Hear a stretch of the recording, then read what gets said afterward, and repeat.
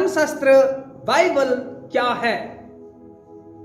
मेरे प्रिय, आज का जो संदर्भ है धर्मशास्त्र बाइबल क्या है, इसके लिए मैं वचन पढ़ना चाहूंगा।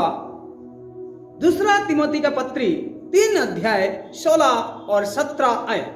उसमें इस प्रकार बयान है, संपूर्ण पवित्र शास्त्र परमेश्वर की प्रेरणा से रचा गया है और उपदेश और समझाने और सुधारने और धार्मिकता की शिक्षा के लिए लाभदायक है, ताकि परमेश्वर के जन सिद्ध बने और हर एक भले काम के लिए तत्पर हो जाए। मेरे प्रिय, संपूर्ण पवित्र शास्त्र परमेश्वर की प्रेरणा से रचा गया है। मेरे प्रिय, जो आज का जो संदर्भ है, संपूर्ण पवित्र शास्त्र या धर्मशास्त्र बाइबल क्या है। बाइबल ये एक इंग्लिश शब्द है, अंग्रेजी शब्द है, और इसका जो स्पेलिंग है BIBLE बाइबल, और इसका फुल फॉर्म जो है B for because, I for it, B for brings, L for life of, E for eternal, because it brings life of eternal. ये अनंत जीवन को लाता है। मेरे प्रिय, धर्मशास्त्र बाइबल यह है कि मनुष्यों को अनंत जीवन की ओर ले जाता है। अनंत जीवन की ओर कौन ले सकता है? मेरे प्रिय, केवल परमेश्वर है, केवल ईश्वर है, जो कि अनंत कालीन का राजा है, जो कि अनंत कालीन तक टिकने वाला है।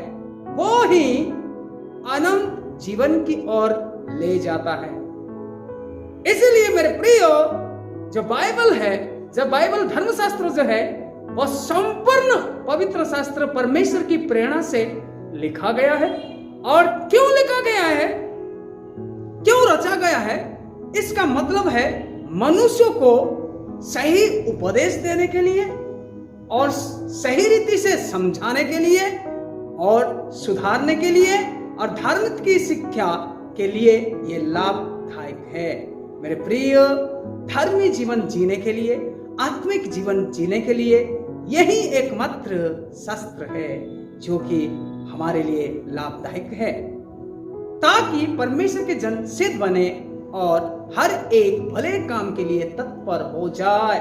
मेरे प्रिय, जो कोई ये धर्मशास्त्र बाइबल को पढ़ता है, वो सिद्ध जरूर बनता है और वो भले काम के लिए तत्पर होता है। मेरे प्रिय, ये बाइबल वो है जिसके बारे में कहा गया है ये परमेश्वर का वचन है, यानी कि स्वयं परमेश्वर बातें करता है, जो कि अनंत समय तक रहता है। इसीलिए यशायाह नबी अपना पुस्तक 40 अध्याय अगर हम 8 आयत को पढ़ते हैं, उसमें लिखा है, घास तो सूख जाती है और फूल मुरझा जाती है, परंतु हमारे परमेश्वर का वचन सदैव अटल रहता है। मेरे प्रिय, ये संसार में हर कोई प्राणी घास के जैसा है, फूल के जैसा है। घास सूख जाता है, फूल मुरझा जाता है, ऐसा हर कोई प्राणी है। एक ना एक दिन ये संसार में मेरे प्रिय हर एक प्राणी नाश होना सुनिश्चित है, परंतु एकमात्र ईश्वर जो है वो हमेशा हमेशा के लिए अटल रहते हैं। इसलिए मेरे प्रिय, परमेश्वर को वचन कहा गया है। अगर हम यूहन्ना लिखे सुसमाचार 1 का 1 पढ़ते हैं, आदि में वचन था और वचन परमेश्वर के साथ था और वह वचन स्वयं परमेश्वर है। यानी कि वचन जो है वो स्वयं परमेश्वर है, वो कभी टलने वाले नहीं है। इसलिए प्रभु यीशु मसीह भी कहा था, मरकुस, अगर हम पढ़ते हैं मरकुस लिखित सुसमाचार 13:31, आकाश और पृथ्वी टल जाएगी परंतु मेरी बात कभी ना टलेगी। यानी कि परमेश्वर का वचन कभी टलने वाला नहीं है। यह संसार एक ना एक दिन मेरे प्रिय ध्वंस हो जाएगा, मिट जाएगा, ये तो स्वाभाविक है। ये एक ना एक दिन ये पृथ्वी टल जाएगा, परंतु परमेश्वर कभी टलने वाले नहीं है। वो अनंत समय तक रहने वाला परमेश्वर है। इसलिए मेरे प्रियो, संत पौलुस 2 कुरिन्थियों 6:7 में परमेश्वर का वचन सत्य है और ये किसी भी प्रकार से झूठा नहीं है।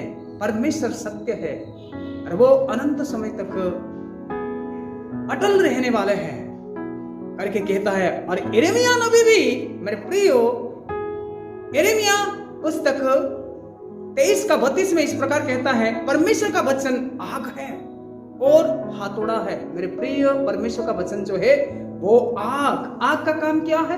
वो कोई भी गंदे काम को जलाना, बुझा देना, उसका काम है। हाथोड़ा का काम क्या है? हाथोड़ा से मेरे प्रियो लोहे को मार मार कर हाथोड़ा से वो सही बनाता है, कहीं ना कहीं चीज अच्छा से बनाता है। तो बाइबल जब हम पढ़ते हैं तो मेरे प्रियो हमारा जिंदगी को वो सुधारता है। अगर हमारी जिंदगी में कोई गलतियां है, परमेश्वर का वचन हमको सुधारता है। इसलिए परमेश्वर का वचन को संत पौलुस इब्रानियों पुस्तक 4:12 में इस प्रकार कहता है, क्योंकि परमेश्वर का वचन जीवित है और प्रबल और हर एक दोधारी तलवार से भी बहुत चक्खा है और प्राण और आत्मा और गांठ गांठ और गुदे गुदे को अलग करके आर पार छेदता है और मन की भावनाओं को, विचार को जांचता है। मेरे प्रिय, परमेश्वर का वचन जीवित है। वचन जीवित यानी कि परमेश्वर जीवित है और परमेश्वर का वचन शक्ति है, प्रबल है और वो दोधारी तलवार के जैसा है। दोधारी तलवार का काम क्या है? आगे बढ़ाने से भी काटता है और खींचने से भी काटता है। यानी कि हमारे हृदय को परमेश्वर का वचन छेदता है, काटता है, क्या गलत है उसको हमको स्मरण दिलाता है और हमारा प्राण और आत्मा और गांठ गांठ और गुदे गुदे को वो अलग करके आर पार कर देता है। यानी कि हमारे सारे गलतियों को वो निकाल देता है, फेंक देता है और हमको सुधारता है और हमारा मन की भावनाओं और विचार को वो जानता है, हम क्या गलत करते हैं। मेरे प्रिय, जब हम धर्मशास्त्र को पढ़ते हैं तो धर्मशास्त्र हमारे सारे गलतियों को दर्पण जैसा हमको दिखा देता है। तुम ये करते हैं, मन में ये बात को सोचा है, मन में ये बात और सोचा है, तुमने लोभ की बात सोचा है, तुम कुछ गलत करने के लिए बात सोचा है। ये सारे बात मेरे प्रिय, जब हम धर्मशास्त्र को पढ़ते हैं उसी समय हर एक चीज एक दर्पण के जैसा हमारे नजरों में दिखाता है, क्योंकि धर्मशास्त्र हमको सुधारता है। इसीलिए मेरे प्रियो, भजनकार भजन संहिता 19:7 में इस प्रकार कहता है, परमेश्वर का वचन खरी है, विश्वास योग्य है और एक साधारण मनुष्य को बुद्धिमान बनाता है। मेरे प्रिय, बाइबल साधारण पुस्तक नहीं है, एक साधारण मनुष्य को बुद्धिमान बनाता है, ज्ञानवान बनाता है, क्योंकि इस धर्मशास्त्र में मेरे प्रिय दुनिया में जो कुछ है हर एक चीज आपको प्राप्त होगा और तुम अच्छे रीति से बढ़ते जाओगे और धर्मी जिंदगी जीने के लिए धर्मशास्त्र आपको अगुवाई करते हैं। इसलिए मेरे प्रिय, बाइबल जो है क्या है ये बात को हमको मालूम हो गया। फिर से मैं वो बात को कहना चाहूंगा, Bible because it brings life of eternal. Bible वो है जो कि हमारा अनंत जीवन को लाता है। तो मेरे प्रिय, इस धर्मशास्त्र को पढ़ो और ये धर्मशास्त्र को ध्यान करो, इसको महत्व को दो, तो आप भी अनंत जीवन का अधिकारी होंगे। प्रभु इस वचन के द्वारा आशीष करे। आमीन। Praise the Lord.